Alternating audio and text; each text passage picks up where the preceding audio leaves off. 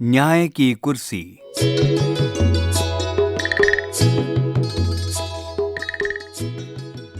नमस्कार साथियों, बात उज्जैन की प्राचीन और ऐतिहासिक नगरी की है।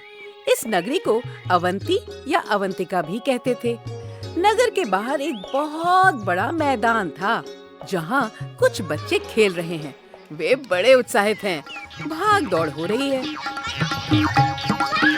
भाग माधव भाग। अरे मुझे कोई नहीं पकड़ सकता, कोई मुझे पकड़ के दिखाओ। चलो पकड़ते हैं माधव को। हम पकड़ लेंगे। और ये पकड़ लिया।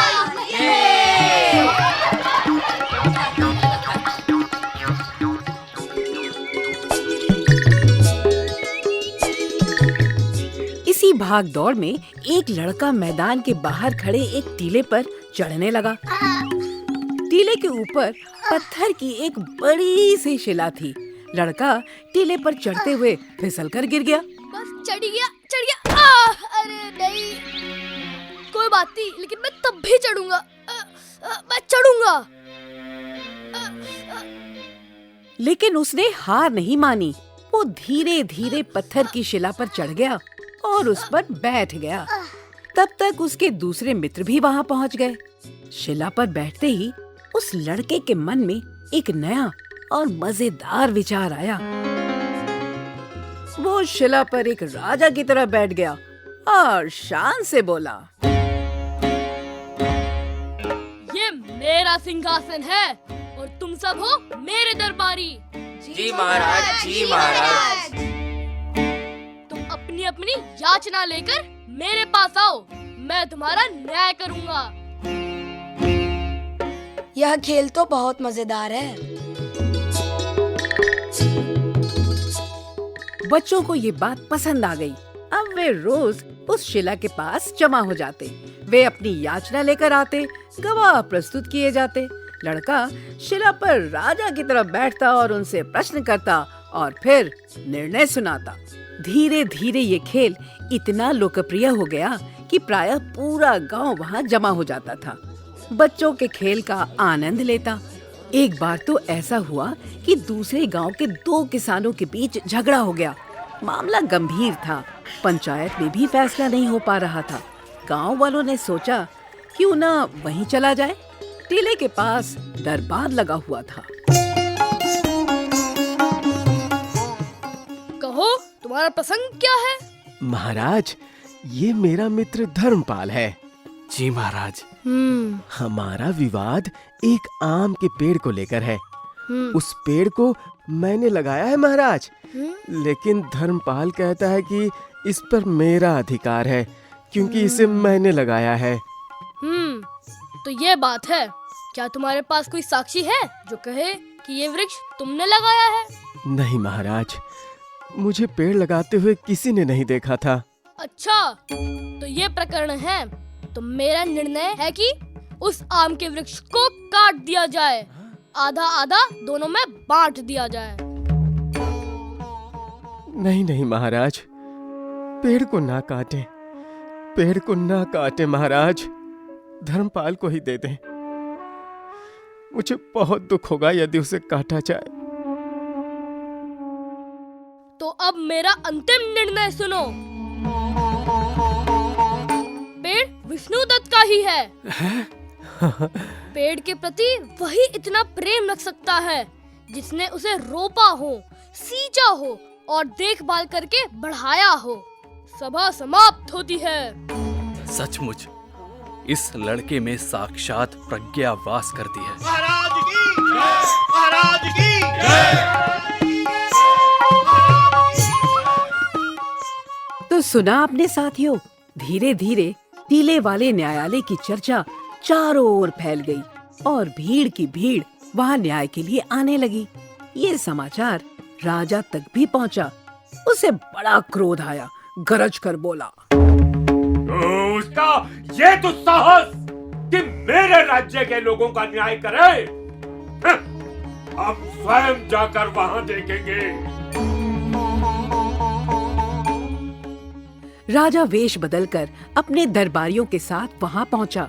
खेल चल रहा था।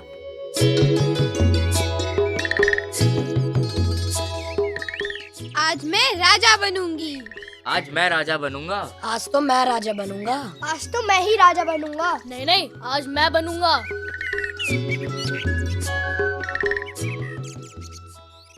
न्याय के लिए लोगों को प्रस्तुत किया जाए। जी मैं रामलाल। जी मेरा प्रसंग है कि मेरे कुछ पड़ोसियों ने रात को मेरी फसल काट ली है। क्या उन्हें ऐसा करते हुए किसी ने देखा है? जी मेरे कुछ और पड़ोसियों ने देखा है। हमने तो देखा है। मेरी पड़ोसन ने भी देखा है। सबको सुनने के बाद मेरा निर्णय है कि रामलाल को सारी फसल लौटा दी जाए। महाराज की जय हो। महाराज की जय हो। जय हो। न्याय की ऐसी बुद्धि देखकर वो चकित रह गया, लेकिन तभी किसी दरबारी ने बताया, महाराज, महाराज, जिस लड़के की चर्चा सुनकर हम यहाँ आए थे वो तो बीमार पड़ा है और उसकी जगह पर ये लड़की बैठी है। मैं तो कई बार यहाँ छानबीन करने आ चुका हूँ महाराज। यहाँ बच्चे बदलते रहते हैं, हाँ, लेकिन महाराज न्याय सच्चाई से होता है। और हाँ, शिला पर बैठते ही इनकी भाषा बदल जाती है। हाँ। तो क्या इस शिला में ही कोई चमत्कार है? इस शिला को खोद कर निकाल लिया जाए और मेरे महल में स्थापित किया जाए। हम इसी शिला पर बैठकर न्याय करेंगे। शिला जब खोदकर निकाली गई तो पता चला कि वो एक बहुत सुंदर सिंहासन था। उसके चारों पायों पर देवदूतों की सुंदर प्रतिमाएं जड़ी हुई थी। सिंहासन राजमहल में लाया गया। विद्वानों ने बताया कि ये कोई मामूली सिंहासन नहीं है। ये सदियों पुराना न्यायप्रिय राजा विक्रमादित्य का सिंहासन है। इसी सिंहासन पर बैठकर वे न्याय करते थे। सिंहासन राज दरबार में लगा दिया गया।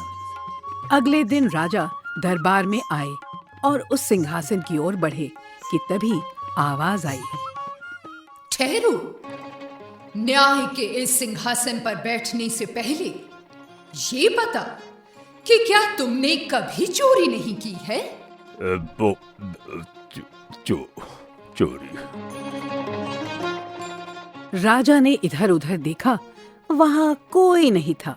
पता चला कि ये आवाज सिंहासन के पाए में लगी हुई एक मूर्ति की थी। राजा ने लज्जा से सर झुका लिया, बोला, हाँ, ये सच है। मैंने एक बार अपने एक कर्मचारी की भूमि हड़प ली थी। तुम्हें 3 दिनों तक पश्चाताप करना होगा और उसकी भूमि लौटानी होगी। हाँ? इतना कहकर वो मूर्ति आकाश की ओर उड़ गई। राजा ने चौथे दिन फिर सिंहासन के पास आया। वो बैठने ही जा रहा था कि सिंहासन के पाए में लगी दूसरी मूर्ति बोल उठी, ठहरो, सिंहासन पर बैठने से पहले ये बताओ कि क्या तुमने कभी झूठ नहीं बोला?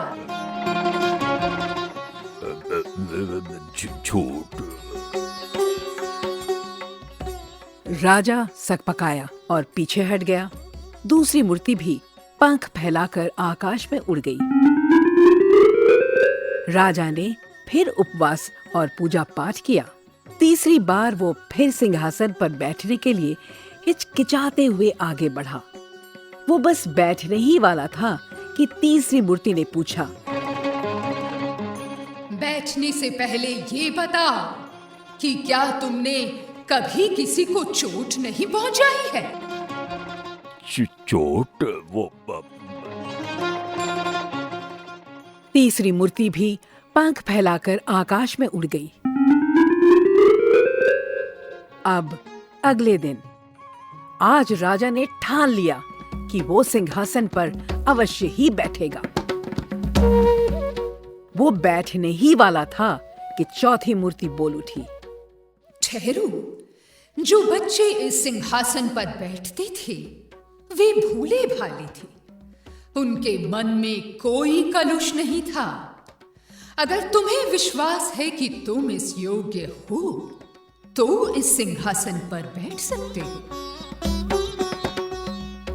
राजा को क्रोध आ गया। अगर एक लड़का इस पर बैठ सकता है तो भला मैं क्यों नहीं बैठ सकता?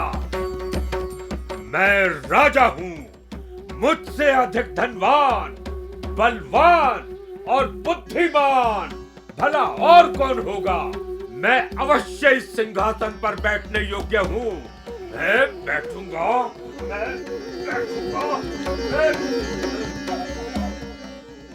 वो दृढ़ कदमों से सिंहासन की ओर बढ़ा, लेकिन तभी उसी समय चौथी मूर्ति पंख फैलाकर सिंहासन समेत आकाश में उड़ गई।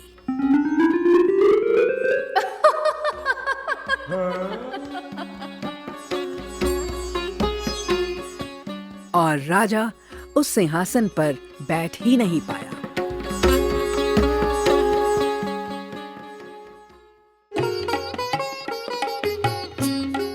साथियों, अभी आपने सुना कार्यक्रम न्याय की कुर्सी। अब आपके लिए कुछ सोचने और चर्चा करने के लिए। सभी बच्चे सिंहासन पर बैठ पा रहे थे, लेकिन राजा नहीं बैठ पाया। ऐसा क्यों? न्याय की कुर्सी आकाश में क्यों उड़ गई? इन प्रश्नों के उत्तर सोचिए, इन पर चर्चा कीजिए और अपनी कॉपी पर इनका उत्तर लिखिए। और हाँ, प्राचीन उज्जैन के बारे में जानकारी प्राप्त कीजिए और जानिए कि ये क्यों प्रसिद्ध है। न्याय की कुर्सी।